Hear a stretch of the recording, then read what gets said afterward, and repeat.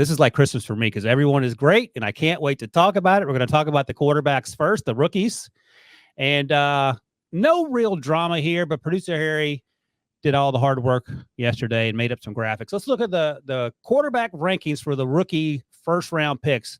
We watched every single snap of every single player among those 6 rookies, and the only difference is that they're the same. The only difference is if you're listening, Rick fell asleep and didn't watch Jaden Daniels and Drake May. I did. I'm just being realistic that I cannot make an evaluation off 2 screen passes and 1 deep ball throw. Well, I did, and that's why I had Jaden fourth. But at the top, no surprise, Caleb Williams was number 1 for both me and Rick, then J.J. McCarthy. I thought J.J. and Bo were pretty close in terms of the rankings we're doing here. You agree with that? A little bit, but I'll get into why. Oh, spicy. There's a difference. Yes, there is. And then Michael Penix Jr. Was 4th on Rick's list. He would have been 4th on my list had I not included Jaden and Drake, neither of whom played. They didn't play combined, made 10 attempts, I don't think. They were on the field for 1 series, maybe 3 total. But I thought Michael Penix Jr. did some good things as well. But let's start at the top with Caleb. I was doing a little peacocking around my living room watching Caleb. Again, week 1 of the preseason, you got to calm down. I can't calm down because I'm so excited. But a year ago, C.J. Stroud didn't do particularly well in week 1. Bryce Young did okay. It doesn't mean anything. But I thought after the first attempt in which it looked like Caleb tried to make something out of nothing and rolled right, caused right tackle Darnell Wright to get a holding call because he held the ball on too long. After that, it looked pretty exciting if you're a Bears fan. It looked pretty exciting if you're Matt Eberflus, Shane Waldron, whomever. What did you take away from what Caleb was able to do with what in my mind, he had at least 3, maybe 4 big-time throws? Yeah, I think why he was number 1 on my list was not the gaudy stats, but the unique plays that he made that other rookie quarterbacks we'll talk about had some nice stats and were accurate, and we'll get into all that. But he made some throws that I haven't seen many quarterbacks be able to make. And so that's why the Bears fans should be pretty excited. We talked about getting outside the pocket and throwing that 20-yard rope on a comeback route along the sideline to his right. That not a lot of quarterbacks, even veteran quarterbacks, can make that type of throw on the move. The no-look screen pass. I'm so excited. Yeah. Well, yay. So, but before we get going, you got to remember, okay, I kind of charted this. There were 3 coverages that I've seen, except the Dallas game we'll talk about when we get into Stetson Bennett. But they play man coverage.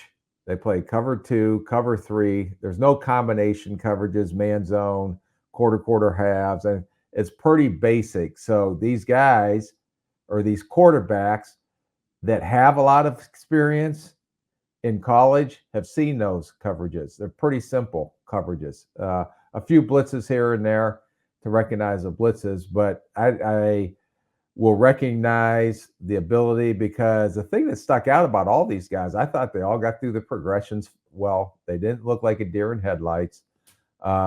They were accurate underneath. They did a lot of really positive things, but it was against a very basic defense. There was no game planning going on. So it does change now. So once you get into the regular season and people start game planning, like the stuff that Caleb Williams put on tape, not only his arm talent outside the pocket, but you have to make sure you account for his legs, because he made a nice scramble up through the middle, got another first down, missed some throws. But for the most part, I put him on top because not so much of the stats, but of the unique type throws that he made, if that makes sense.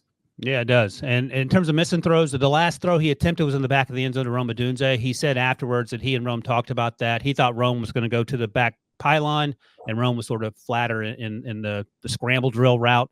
But again, he knew what he was seeing. Rome knew what he was seeing, and they were not quite on the same page, but they were certainly reading the same book.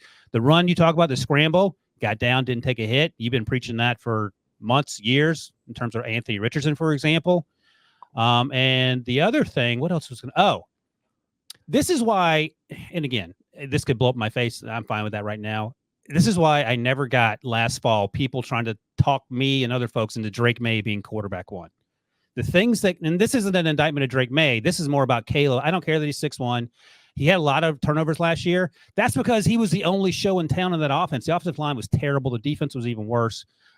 It seemed a pretty, like in terms of evaluations, and you've been doing this a lot longer than me, this seemed like a pretty straightforward one to me. Yeah, I don't think either of us had anyone but Caleb Williams Right. all the way straight through from. But there were people talking about it on the internets. Oh, that's why they have the internet, so people can talk. That's what they have. That is true. All right. Great performance. Not a lot to feel.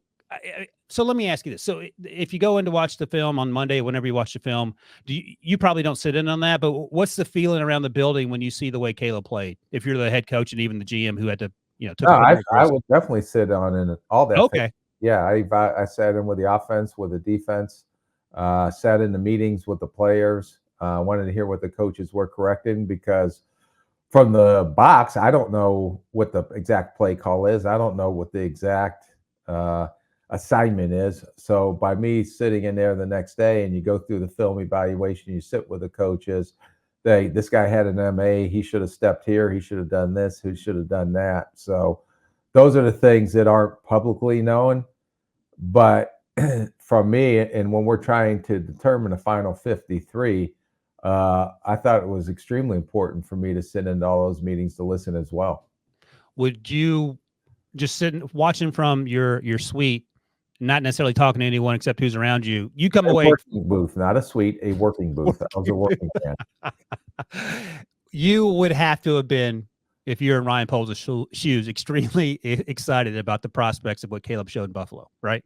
Excited about so many unique throws. Now, I'm sure there's a lot of things that they have to get corrected, but for the most part, he looked like he had command of the offense for how he played. They did play like he was the one that started the game, and I believe they had some of their number one guys out there.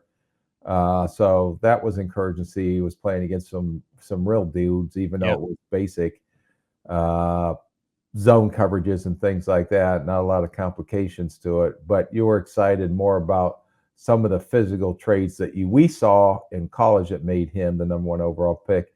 That translated to this first preseason game.